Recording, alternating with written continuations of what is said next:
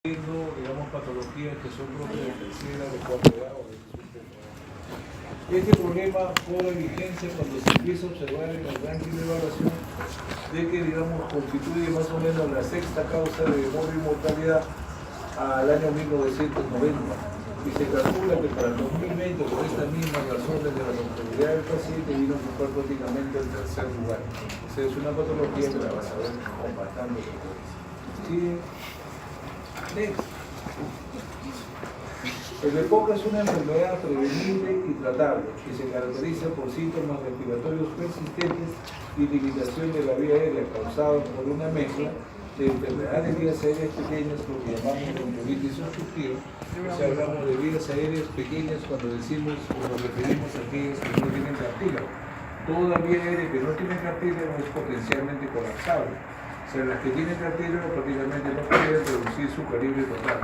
Entonces, cuando hablamos de vías aéreas pequeñas, hablamos de vías que tienen menos de 2 milímetros de tamaño. Y ellas son las que condicionan esta situación de obstrucción con proyección a destrucción parenquimal, y esta destrucción parenquimal evolutivamente llega a lo que viene a ser el enfisema, con una particularidad. Si esta es una estructura normal, como ven ustedes, donde vemos el bronquio, que tiene, digamos, la tracción radiada de las estructuras, digamos, anexas para permitir la apertura. En la medida que se desarrolla un enfisema, se rompen estos tabiques y se pierde la tracción radiada, como los aros de la bicicleta. Entonces se pierde la tracción radiada y encima tenemos edema de mucosa, se estrecha la luz, que es lo que nosotros observamos en los pacientes con problema crónico, ¿no? Sobre todo en vías aéreas pequeñas. Si ustedes ven acá, no hay cartílago en la estructura, por eso es una estructura colapsable. ¿Sí?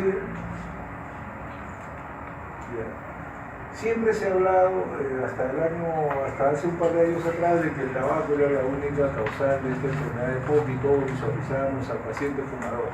Pero si vemos nuestra realidad, nos damos cuenta nosotros de que para nosotros comprar una cajetilla de cigarros, o para la población que es marginal, no te va a alcanzar, porque tienes que elegir entre comes o fumas. Tienes dos posibilidades. Entonces el tabaco no hace media mucho en nuestra población, pero sí otras circunstancias. El uso de la combustión de leña o material orgánico. Entonces vemos nosotros que los pacientes que vienen de periferia, Comal, Cartumán, por razón de costos, usan más carbón, pues empiezan a hacer patología obstructiva. Eventualmente, desde el año pasado, en la revisión 2017, se asume de que hay otras potenciales también causables de esta enfermedad, como es el uso de pipa, de puro, de marihuana, inhalación de polvos químicos en el ambiente ocupacional, puede ser, por ejemplo, en los molinos. También se inhala material, también hay fábricas que a veces se eliminan ciertos productos químicos que son limitantes, radicales de sulfuro y otro tipo de sustancias tóxicas, la contaminación ambiental y lo que se tomó en consideración también la TBC pulmonar. Cuando uno define la enfermedad obstructiva, o sea, había un término intermedio que nos permitía hacer una diferencia rápida de lo que era EPOC y lo que era asma. El asma, por definición, creo que ya hicieron el tema, ¿no es cierto? ¿Qué definición tiene? ¿Qué recuerdan ustedes de la definición de asma? Una enfermedad inflamatoria. ¿Qué les han dicho? Que progresa Es una enfermedad de vías actividad. aéreas pequeñas, que más inflamatoria, Que progresa que reversible. se expresa con sibilantes de pecho, pero con una particularidad, que es reversible, ¿cierto? Espontánea o con tratamiento. Y cuando hablamos de EPOC, la particularidad era de que era parcialmente reversible o no reversible. Eso significa que en el lapso del tiempo que iba pasando, la condición de estrechez de la vía aérea con una muscularización de los bronquios hacía que progresivamente ese músculo se fibrose, entrara a un proceso de remodelación, y este proceso de remodelación ya dejaba un calibre mucho menor que el calibre inicial, por lo mismo también que el paciente a veces no lo trataba, no lo manejaba. Entonces decíamos reversible y no reversible. Ahora ya hay un sinnúmero de otras patologías, donde incluso por ahí se ha comentado el síndrome de superposición, donde hablamos de asma y de EPOC juntos, y a veces un asma que ya también tuvo un mal manejo, que entró a su proceso de remodelación, puede encajar en la definición de parcialmente reversible, pero por el problema de la remodelación. Entonces ese es otro punto que ya les habrán tocado. Entonces se asume que 3 millones de personas en el mundo usan material de biomasa y carbón. Entonces estas son las razones de todavía la persistencia de EPOC, aún en poblaciones donde vemos nosotros que no se consume mucho tabaco. ¿Sí?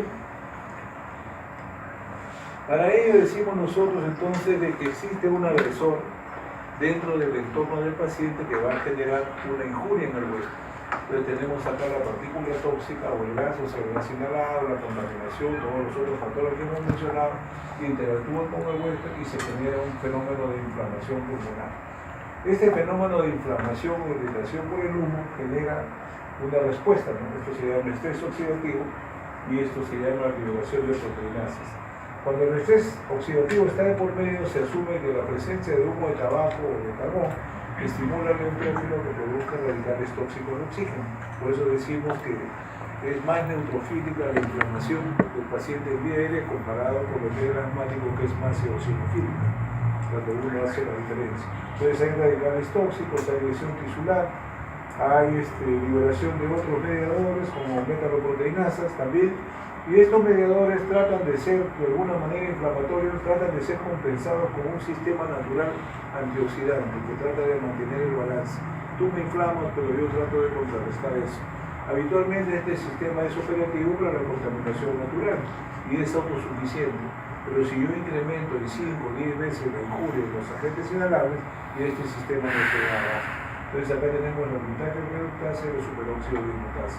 De este equilibrio sale si se genera una lesión que después va a incluir en un fenómeno de reparación o remodelación. Y esta remodelación, como les decía, da una reversibilidad parcial y se convierte en lo que viene a ser el reposo. Igualmente hay proteinasas que se liberan, tenemos las elastasas que parten también de los neutrófilos, catepsinas, proteinasa 3, metaloproteinasas, donde también hay un sistema antiproteinasa que lo trata de compensar. A la cabeza está la alfa-1-antitrypsina, que también sabemos que es inhibida en su accionar por acción, digamos, del tabaco. Y activamos, digamos, con elastasa, entonces se va a ir destruyendo progresivamente la fibra elástica que ejerce la tracción radial, y esto prácticamente limita la posibilidad de que el bronquio pueda ser aperturado de la manera adecuada y se va colapsando progresivamente, aparte del estímulo que significa la presencia del moco. Entonces los mecanismos de reparación a este tipo de injurias son los que te llevan a la remodelación.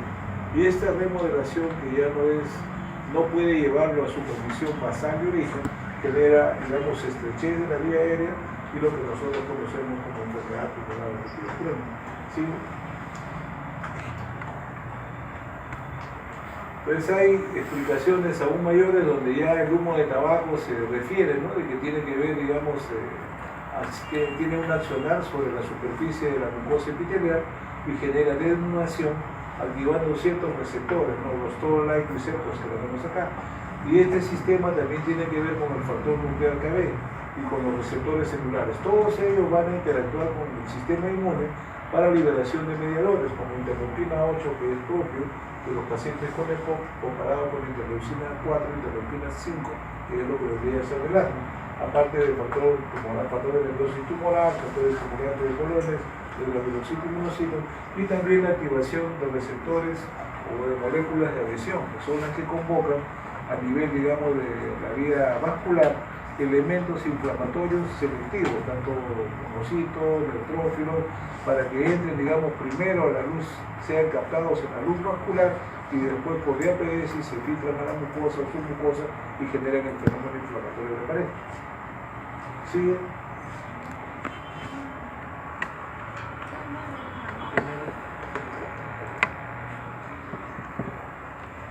Igual, todo este tipo de respuesta activa a la célula presentadora generalmente la célula dendrítica o el macrófago, libera sus mediadores y los mediadores actúan en CD4, CD8, particularmente CD8 liberando factores de inflamación tisular.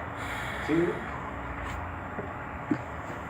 Este es un estadio más avanzado de enfermedad donde demuestra que no solo es todo CD8, CD4, también se activa, digamos, lo que vienen a ser las células B, linfocitos B, donde se genera liberación de mediadores, depósito de complemento, y esto contribuye también al fenómeno de inflamación local. Por eso dice destrucción tisular, aparte de los otros mediadores que ya mencionamos. ¿Sí? Al margen de esto, ahora que se conoce un poco más de lo que es el mapa genético, tenemos nosotros un detalle, ¿no? El conocer el mapa genético significa de que cada uno de nosotros está predispuesto a una patología. y cada uno de nosotros tiene un tronco familiar específico. Si ustedes van a la casa de sus amigos, por decir de repente voy a la casa de mi amigo, un compañero de estudio, voy a encontrar que en su casa el papá o la mamá es hipertenso, o de repente hay un hermano hipertenso, entonces esa es la familia de los hipertensos. Su carga genética aboga para que se desarrolle hipertensión. Voy a la casa de otro amigo y me encuentro con uno o dos diabéticos, esa es la casa de los diabéticos. Vas a otra casa y encuentras que la mamá y el tío se murió de cáncer, esa es la casa del cáncer. Como también encuentran casa del asmático, igualito, hay varios alérgicos, varios asmáticos. Y como decimos nosotros, el amor es ciego. Cuando tú te enamoras, no estás preguntando que si la tía tiene problema de asma, si tiene problema de hipertensión, como dicen, no, la placa es, la pata es, después que te enamoras, te casas. Firma tu documento, está frito, vienen tus hijos y sale un asmático, sale un alérgico. ¿Quién tiene la culpa? Yo no tengo la culpa. No, pero tú, mi mamá es asmática, pero no me dijiste, no me preguntaste. ¿Cómo ibas a saber qué era o no era? Entonces se origina esa mezcla y eso es lo que potencia, o de repente libera de una carga genética al hijo que tú tienes y va así avanzando en generación. Por decir, si yo tengo dos asmáticos, mi hijo tiene que ser asmático, porque si no sabe, de repente ya tiene que preguntarle sí. Pero si en caso, digamos, uno es asmático y el otro no, y relativamente es sano, de repente diluye tu carga genética y eso te puede servir, como decía en algunos años, mejora la raza, porque estás buscando, por decir, un gen que no tenga, digamos, el compromiso genético que te va a traer la carga familiar del futuro. Entonces esto se analiza también con perceptibles y se ve que existe también un factor de riesgo. Y también explica el por qué hay gente que fuma y hace cáncer y hay gente que fuma y que no. A veces el que fuma es el esposo y se muere la mujer, porque la mujer era sensible y el esposo no. Y eso, bueno, es lamentable para la mujer, ¿no? Porque ella no tenía la culpa, pero era fumadora masiva. Entonces también la carga genética se ve recuperada ahí. ¿Sí? Encontramos también otro detalle, ¿no? Hasta hace muchos años, muchos pensaban de que el EPOC era humo en el pulmón y el pulmón, la alfa-1 antitrypsina se bloqueaba, se activaba la elastasa, moría la elastina, ponía colágeno y se desestructuraba el pulmón. Ahora lo que se sabe es de que el EPOC es el pulmón, por decirlo así, es una parte del compromiso sistémico que se genera en el EPOC. Entonces quiere decir que no es el único órgano afectado.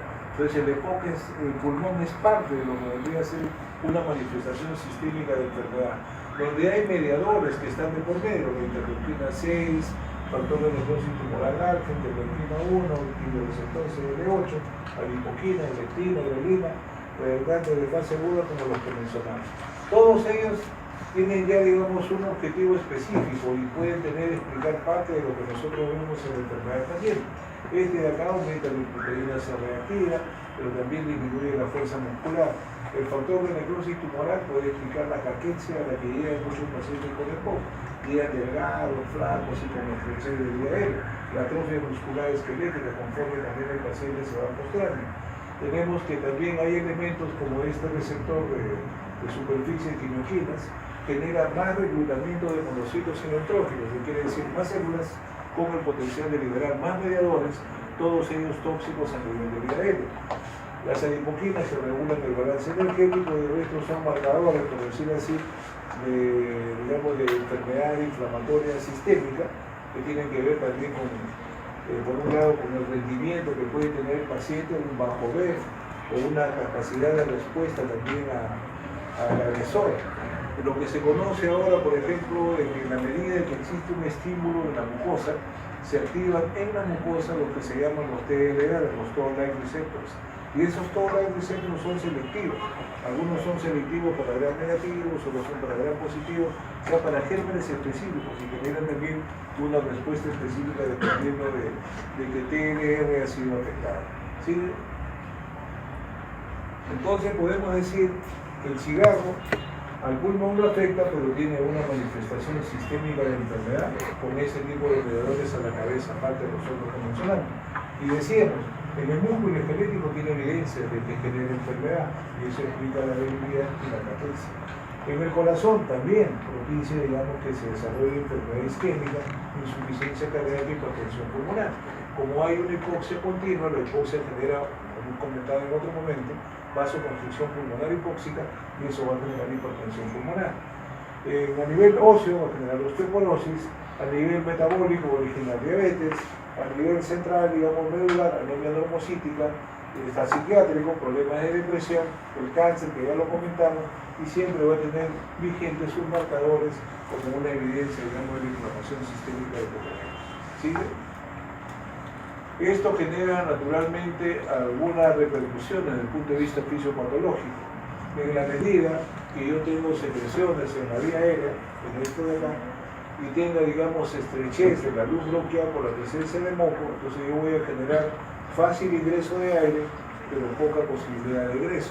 Entonces tengo un balance positivo, ingresa más de lo que sale. Entonces mi alveolo se queda relativamente insuflado. Esta insuflación se incrementa con cada vez que yo respiro. O sea, yo puedo decir jalo 1 litro, pero no boto 1 litro, boto 800.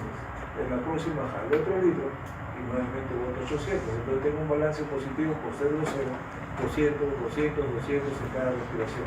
Entonces mi alveolo se va a ir distendiendo poco a poco, cada vez más, dando pie a lo que llamamos signos de hiperinsuflación, con aumento de la presión dentro del saco alveolar, al que llamamos autopico. Esta condición de hipoxia, a nivel de la luz, digamos, vascular, va a generar vasoconstricción con hipertensión pulmonar. Esto sobrecarga de cavidades derechas. Y en tal punto puede estar la sobrecarga derecha que las presiones invierten un poco la posición del septum interventricular y lo va llevando hacia la izquierda. Si llevo el septum interventricular a la izquierda, disminuyo la capacidad de llenado del ventrículo izquierdo. Entonces quiere decir que voy a tener menos gasto y eso va a reducir mi gasto cardíaco. En la medida que yo me voy sobreinsuflando por el efecto de esta dilatación excesiva del saco alveolar, mi diafragma va tomando una posición geométrica cada vez menos útil. Mientras más plana sea, es menos efectiva para poder generar una presión negativa intrapleural. Y sabemos que la presión negativa intrapleural tiene que ver con el retorno venoso. Si tengo menos presión negativa, se reduce el retorno venoso. Y al reducir el retorno venoso con un llenado diastólico deficiente, también contribuye a disminuir el gasto cardíaco. De esta manera podríamos decir entonces que dentro de los mecanismos fisiopatológicos del POC existe un desbalance ventilación-perfusión que genera hipoxemia progresiva, el trabajar en una condición de relativa anaerobiosis porque estoy hipoxémico, acidosis láctica, y esto significa un trabajo muscular en condiciones de anaerobiosis con aumento del trabajo muscular y su marcador, la creatinfosforinasa. Así es. El diagnóstico clínico generalmente tiene que ver con algunos detalles clínicos y otros de hallazgo. Usualmente el paciente ya rebasó, digamos, la edad de 40 años. O sea, no solemos hacer un diagnóstico precoz de POC antes de los 40. O sea, generalmente tiene que haber habido un tiempo de exposición razonable. Va a haber una disnea progresiva persistente, va a haber tos crónica, intermitente y improductiva, al final se va haciendo productiva, aparecen las sibilancias, encontramos el factor de riesgo psicosinocordenia o si usó tabaco y encontramos una historia familiar que es lo que decimos si tenía un riesgo genético de ser más susceptible a hacer esa enfermedad. Y se le hace una espirometría, ¿no? Para ver con test de broncodilatación qué margen de reversibilidad tiene su cuadro. Así es. Entonces encontramos este gráfico que nos ayudaba mucho antes a nosotros cuando no tenías espirometría, cuando no tenías test de broncodilatación, cuando no había retinografía, cuando no había TAC, prácticamente tenías lo máximo tu placa de tórax, es lo único que tenías. Entonces teníamos como semiólogos que buscar detalles externos que me inventaran qué es lo que estoy viendo. Entonces se observó de que hay gente, por ejemplo los chinos, por decir, ustedes han visto que el chino es fumador y generalmente es flaco. ¿No es cierto? Entonces encontrábamos que él tenía a veces un poquito de chapas en los cachetes y era flaquito y era fumador. Entonces también desarrollaba un cuadro de tipo, digamos, EPOC, pero dentro del EPOC un cuadro que tira más para el enfisema. ¿Estamos de acuerdo? Hay otro grupo que generaba un poco más de problema bronquial. Entonces más secreciones en vía aérea, más estrechez bronquial. Entonces es el grupo que genera más hipoxia, porque tiene un desbalance mayor. Entonces a este que decíamos el bronquito interior. Y después decíamos los sopladores azules por la cianosis y los sopladores rosados. Entonces esta observación que era solo endoscópica, inicialmente, porque no tenía todos los recursos, me decía que este era más bronquítico crónico y este más enfisematoso. Lo que se conoce actualmente es que no hay un patrón que sea puro bronquítico crónico ni puro enfisomatoso. Generalmente el cuadro es mixto. El que predomina es el que te dice cómo va el paciente. ¿Sí?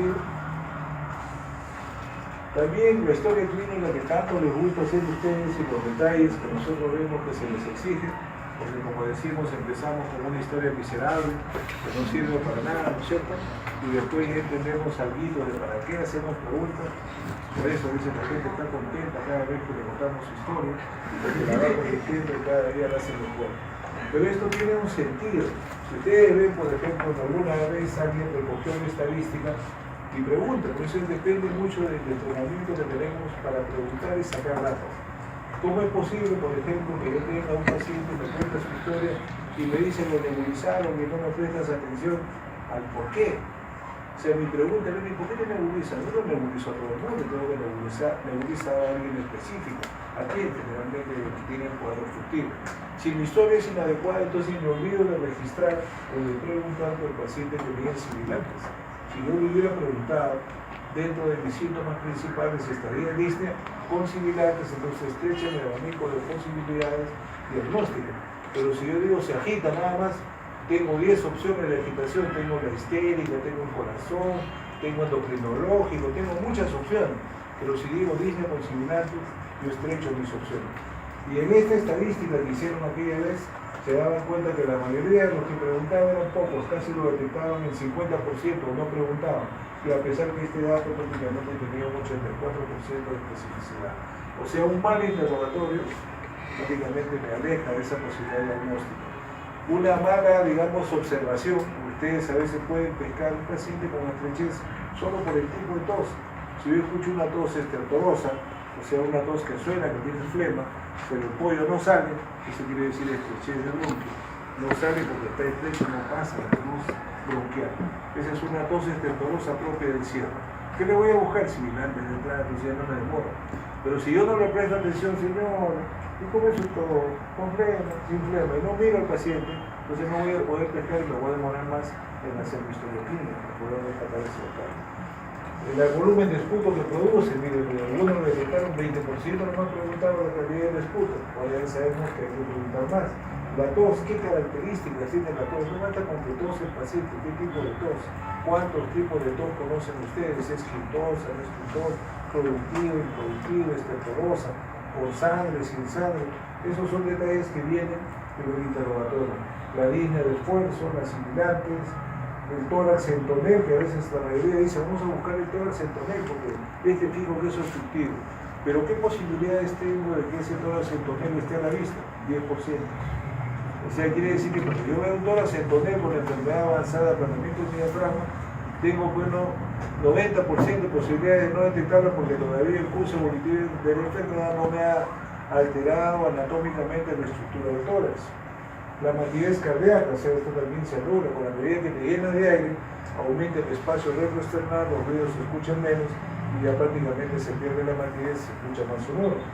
Los ruidos cardíacos disminuidos, el latido subsifoideo, si yo veo un latido por debajo de las sifoides, prácticamente estoy hablando ya de hipertensión pulmonar y le debo buscar incluso lo yugular, mi cuellito no hay yugular, latido pulmonar, ya cantó y hasta ya me dijo qué grado tiene.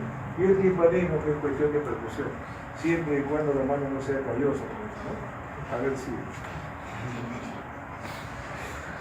Bien, las pruebas que vamos a hacer vienen a ser lo que está a la mano, el pie de bronco-dilatación, la radiografía de tórax, y si la enfermedad es moderadamente grave, asumimos que la disnea es importante o es una disnea de larga data, hay que pedirle gasometría arterial. ¿Qué buscamos con la gasometría arterial? ¿Qué dicen ustedes? ¿A qué le piden? Gradiente alveolar arterial. ¿Ah? Gradiente alveolar arterial. Lo usamos como criterio para definirlo. ¿Esto es agudo? Pues crónico. ¿Te acuerdas que había una diferenciación? Entonces con eso ya me estoy ayudando. Toracétone, incomunicación yugular, y después lo digamos el que tiene unos gases arteriales con retención de CO2, esto es crónico definitivamente. Pero sin tener esos gases yo puedo haber definido con la calidad de tórax, el curativo digital, la cianosis peligrada. También, si tengo la posibilidad, puedo hacer difusión de monóxido de carbono, puedo hacer volúmenes pulmonares estáticos, eso depende de qué tan accesible es para nosotros. Este test de broncodilatación debería ser anual y lo que se postula actualmente incluso es que se mida, lo que hacemos en la historia clínica, cuál es el trecho que puede el paciente recorrer. Entonces ahí viene la prueba de los 6 minutos. Por eso le pregunto, ¿no? Cuando empieza la disney, ¿cuántos metros caminaba? Al mes, ¿cuánto caminaba? Redujo el volumen y ahora ya no camina, pero esa es una secuencia. Entonces en esta prueba de los 6 minutos mido eso. No hay metros chicos, no hay metros grandes. Lo que me están diciendo en unidad de medida qué grado de discapacidad ha venido en el tiempo. ¿Sí? Esto de acá me deja, este gráfico me deja ver también de que tenemos por acá el BEF y tenemos por acá los síntomas. Entonces, para que el paciente, digamos, haga manifestación de síntomas de enfermedad, miren ustedes que cuánto tiene que caer por decir su BEF para que él recién haya recibido toda la manifestación semiológica. Entonces, la historia sigue siendo la base del diagnóstico de pacientes con EPOC. O sea, la pérdida de funcionalidad muchas veces no se nota. O a veces el paciente también la avala de una manera muy discreta. A veces todos se te dicen, y todo de fumador. Y él asume como todo el fumador y no le interesa. Sigue para adelante fumando. Así vemos también que si hiciéramos el estudio de volúmenes pulmonares, si consideramos esto como un patrón normal, donde está el volumen tidal, el volumen de la célula inspiratoria, la célula inspiratoria y el volumen residual, vemos que este paciente, de toda esta columna, va aumentando por atrapamiento aéreo su volumen residual progresivamente. Su volumen de reserva respiratoria casi se mantiene y esto es lo que permite que tú veas un tórax entonel, un tórax hiperinsuflado. O sea, la capacidad vital puede incluso reducirse a expensas del volumen residual. O sea, yo tengo un paciente con un tórax bien insuflado, pero si ustedes le piden el esfuerzo que haga para respirar, de repente jala poquito, porque tiene el diafragma plano. Entonces decíamos que geométricamente tenga la posición adecuada para poder hacer una presión negatividad y tener un mejor exceso real. ¿Sí? Esta es la espirometría, la curva flujo-volumen, donde vamos a ver el problema en tiempo expiratorio. Entonces vemos nosotros que la curva de inspiración más o menos se asemeja a una normal, pero no tiene pico a la hora de botar, como su problema mayor es a la hora de expulsar el aire, se reduce el pico y se va excavando, digamos, el gráfico. Esa es la curva flujo-volumen. ¿Sí? Hasta hace algún tiempo atrás, por decir en 2014, esta es una revisión del GOL, clasificábamos, digamos, al EPOC, el grado 1, grado 2, grado 3, grado 4. Entonces decíamos, grado 1, aquel que viene con todo, nomás el que podríamos decir venía con todo el fumador. Cuando ya vas entrando al GOL 2, ya la reserva, digamos, pulmonar se va reduciendo en menos del 70% y el BEF está entre 50 y 80, va bajando. El grupo 3 ya está entre 30 y 50 y el 4 ya está en menos del 30%. Y si yo me pego mi semiología, si veo yo, digamos, que este paciente ya tiene manifestaciones de insuficiencia respiratoria con cor pulmonar, o sea, ya el tórax entonel, probablemente su estadio de frente es 4, sin haber hecho mucha prueba. Entonces, la presencia del deterioro hemodinámico me dice que este es un estadio avanzado de enfermedad con repercusiones hemodinámicas. ¿Sí? Esta es la prueba de los 6 minutos, entonces el paciente camina y se mide qué distancia puede caminar en esos 6 minutos. Todos tenemos un ideal, tanto hombre como mujer. En la medida que se reduce, decimos entonces no califica o tiene este grado de discapacidad. ¿Sí? Y estas variables muchas veces se juntan para poder hacer un score de calificación, como el score Bode.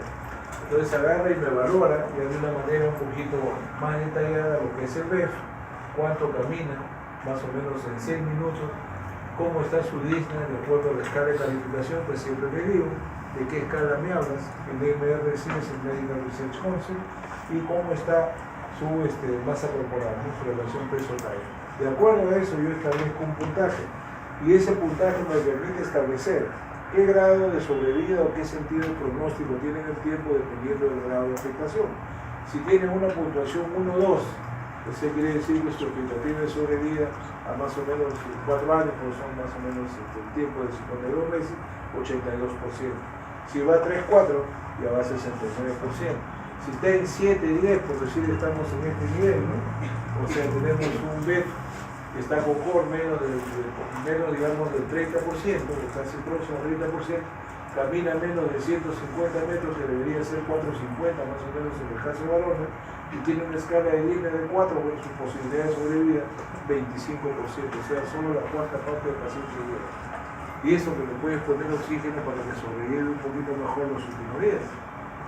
Pues hay otros índices que incluyen también en el Codex el número de exacerbaciones. Y al incluir las exacerbaciones dicen de que si este paciente tiene 2 exacerbaciones por año, también califica en contra. Y si tiene menos de 2 exacerbaciones, ya califica en menos. ¿Sigue?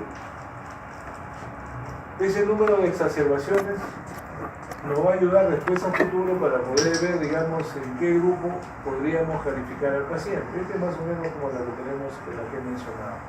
Acá le están agregando número de veces que se hospitalice el paciente. Y de acuerdo al número de veces, si tenemos más de 2, prácticamente al paciente se le califica como grave. Se califica el número de veces que tiene que hospitalizarse el paciente. Más de 2 veces como ya un paciente grave. Es un paciente que regresa cada rato con el pobre compensado, el pobre compensado. Sí, este es un cuestionario para poder ver la performance del paciente, sus molestias con tratamiento, incluso a ver cómo va. Sí. Y esta es una escala que de alguna manera con las, digamos, las exacerbaciones, como las que están acá, mayor de 2 o menor de 1, permite estratificar al paciente en 4 grupos, un grupo A, un grupo B, un grupo C y un grupo D. Están de los que tienen menos de 1 hospitalización, que estaría en el grupo AB, y los que tienen más de 2 hospitalizaciones en el grupo CD. ¿Para qué sirve eso? Para hacer un plan estratégico de qué tipo de fármacos tendría que usar para poder llevarlo al paciente a la normalidad. Y encontramos entonces que podríamos conversar de este grupo de pacientes a través de fenotipos. O sea, decimos de que cada ECOG tiene un perfil de comportamiento. Puede ser exacerbador o no exacerbador. Y según, digamos, el tipo que tenga, puedo decir este es más enfisema, este es más bronquítico crónico. Este es agudizador con más frecuencia del tipo enfisema o del tipo bronquítico crónico, con enfisema con bronquitis crónico. Y pueden haber cuadros mixtos también. Cuando encuentro esa calificación, entonces yo estoy viendo qué opciones tengo, como les digo, de tratamiento. Este sería menos complicado que el otro, y estos son generalmente los más complicados o con mayor severidad de enfermedad. ¿Sí? Este es cuando ya nosotros hablamos también de un fenotipo combinado. O sea, en muchos casos hay pacientes que pueden tener una historia de atopia, o sea, una historia de alergia, y también tienen, por decir, el uso del tabaco. Entonces tenemos factor de riesgo para que haga el POC, pero tenemos también un combinado de alergia. Entonces siempre es un combinado o es un overlap síndrome, una combinación de asma y POC. Entonces para eso tenemos nosotros que abordar criterios mayores y criterios menores. Si este paciente dio una prueba broncodilatadora positiva y tiene una respuesta, por decir, mayor